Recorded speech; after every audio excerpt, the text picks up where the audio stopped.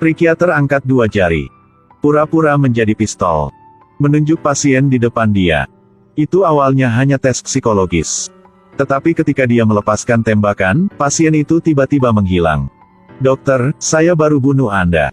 Dokter tidak tahu, jika dia megang pistol asli. Sekarang dia sudah menjadi mayat. Karena pasien ini dulu adalah tentara. Dijuluki si pembunuh pisau, setelah pensiun. Dia punya hidup baru dengan damai. Bekerja sebagai kasir di supermarket. Juga mengadopsi satu bayi perempuan. Kenangan berdarah membuat dia menderita gangguan kecemasan. Harus minum obat dalam waktu yang lama biar stabil. Hari itu, Toshiro sedang berjalan dengan putrinya. Merasakan niat membunuh di belakang. Dia suruh anak balik ke rumah dulu. Lalu sendirian ke taman yang luas.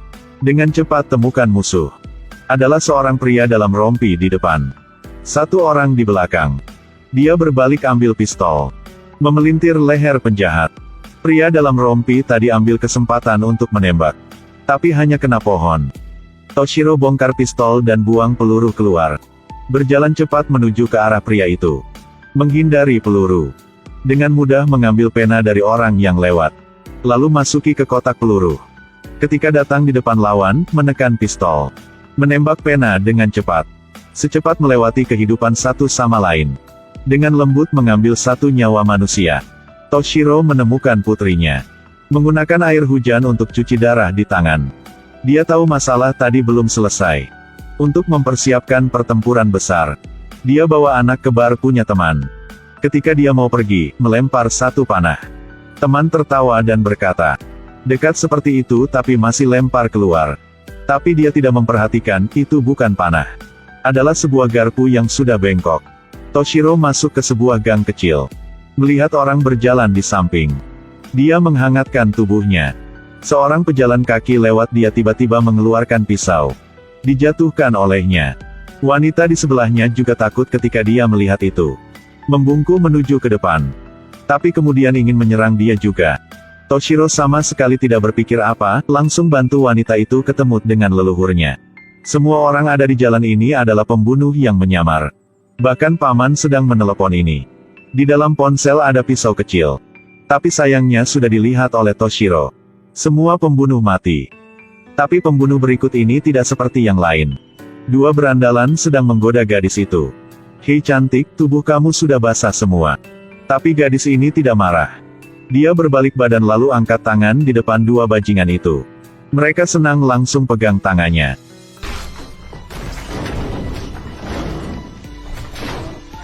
Kenyataan telah membuktikan. Jalani hidup dengan serius, jangan nakal.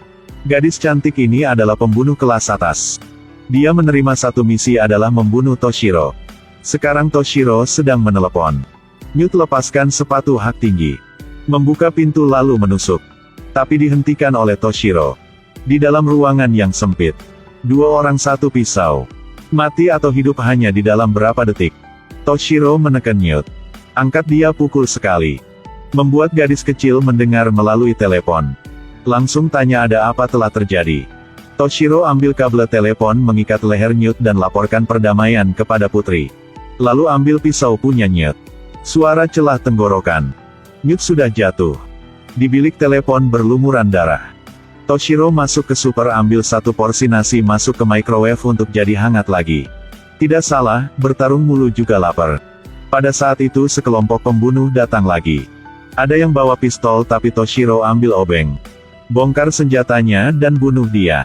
Lalu Toshiro pecahkan satu botol anggur. Ambil bagian bawah botol. Pegang botolnya untuk menarik musuh. Lalu lewat ke belakang. Dengan cepat bunuh dua orang. Tinggal satu orang lagi. Memegang pisau dan menikamnya dengan liar tapi tetap saja dia jatuhin oleh Toshiro. Pada saat itu, ting-ting. Makanan udah jadi. Toshiro menelan air ludah. Memutuskan untuk makan dulu. Baru saja mengeluarkan sumpit. Saat itu sumpit udah bersih. Toshiro mulai makan dengan nyantai. Seperti hantu lapar 3 hari belum makan nasi. Sekarang dia sudah tahu siapa musuh di belakangnya. 3 tahun yang lalu, dia temukan di organisasi pembunuh dia. Memulai pelatihan brutal dengan anak-anak. Dalam kemarahan dia mengkhianati organisasi. Bawa pergi satu gadis paling berbakat. Tidak salah, itu adalah gadis yang dia adopsi. Tiba-tiba sahabat menelepon dia. Kasih tahu jika anak dia hilang. Toshiro mendengar tapi dia tidak panik. Dia sudah pasang alat GPS di tubuh anaknya. Jadi mudah untuk menemukan markas musuh. Tidak lama kemudian, Toshiro sampai ke hutan. Benteng musuh berada di titik paling tinggi. Dan jalan terpaksa lewat. Ada ratusan orang yang sedang menunggu. Waktu untuk membunuh telah tiba.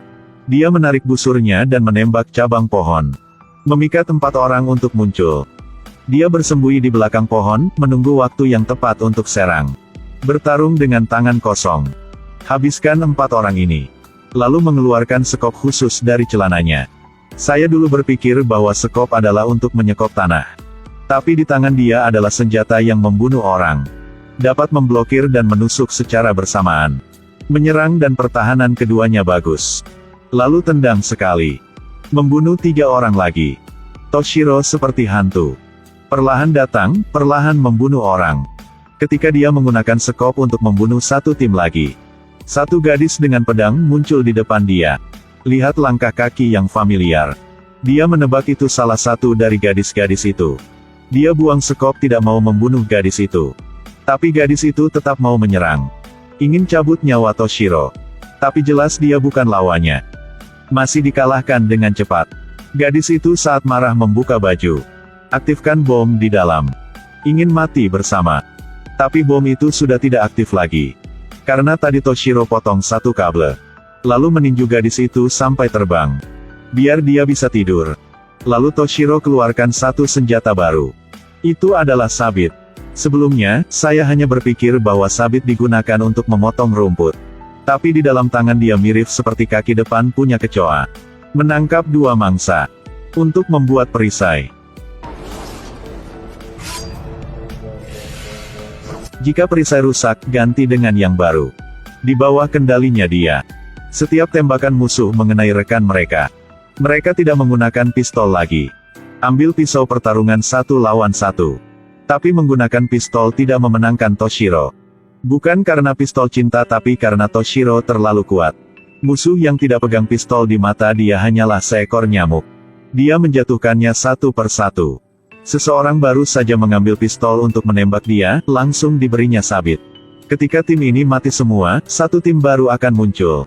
Sepertinya tidak ada batasnya. Toshiro udah mulai capek. Dia meletakkan sabitnya. Ambil senjata terakhir. Itu adalah pisau yang sudah lama tidak digunakan. Karena pisau itu sudah minum banyak darah punya orang lain. Dia jarang menggunakannya. Sekarang terpaksa untuk menggunakannya. Toshiro menjadi mesin membunuh lagi. Tidak tahu sudah berapa kali. Menghindari lalu menusuk pisau. Di saat dia berhenti di tanah penuh dengan mayat orang. Masih ada orang dari tim spesial ini. Dia adalah ilusi, sahabat punya Toshiro. Juga pembunuh tanpa rasa. Karena tidak memikirkan hal yang sama dengan Toshiro. Makanya mereka menjadi musuh dalam pikiran punya ilusi. Toshiro hanya bisa mati di tangan dia. Tidak boleh ada yang lain sentuhnya. Sebelum Toshiro masuk ke hutan, lihat ke sana, sini. Dia sudah tahu jika sahabat datang. Tapi sekarang belum waktu untuk mereka bertarung. Toshiro masuk ke dalam. Seperti serigala ke kandang domba. Akhirnya menemukan putri dia. Dia suruh anak tunggu sebentar. Masih ada yang harus diselesaikan. 1 adalah ilusi. Kerbau dan sapi bertarung, yang lain tidak boleh ikut campur. Berapa bawahan dibunuh bawah tangan 2 pembunuh kelas atas ini. Lalu adalah pertempuran antara keduanya. Toshiro buang pisau. Meninju dengan ilusi. Senjata punya ilusi dipasang ke tangan. Dia juga buang pisau ke lantai. Seni bela diri sama.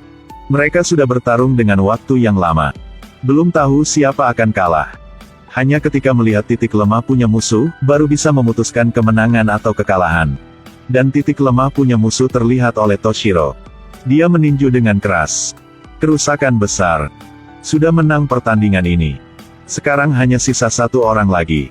Dan itu adalah pemimpin organisasi ini. Dia punya penyakit parah, sudah tidak bisa bertarung lagi. Tapi dia punya skill hipnosis. Di bawah hipnosisnya orang itu, Toshiro hilang kesadaran. Letakkan senjatanya. Dan pemimpin angkat pisaunya. Akan menusuk tenggorokan Toshiro. Saat pisau sudah mendekati kulit, Pemimpin sudah jatuh. Organisasi pembunuh ini dihancurkan. Dan gadis ini seharusnya dia akan menjadi pembunuh bayaran, tanpa rasa apapun. Sekarang punya hidup normal dan damai. Toshiro akan menjadi bayangan di samping dia. Diam-diam lindungi kebahagiaan sederhana ini.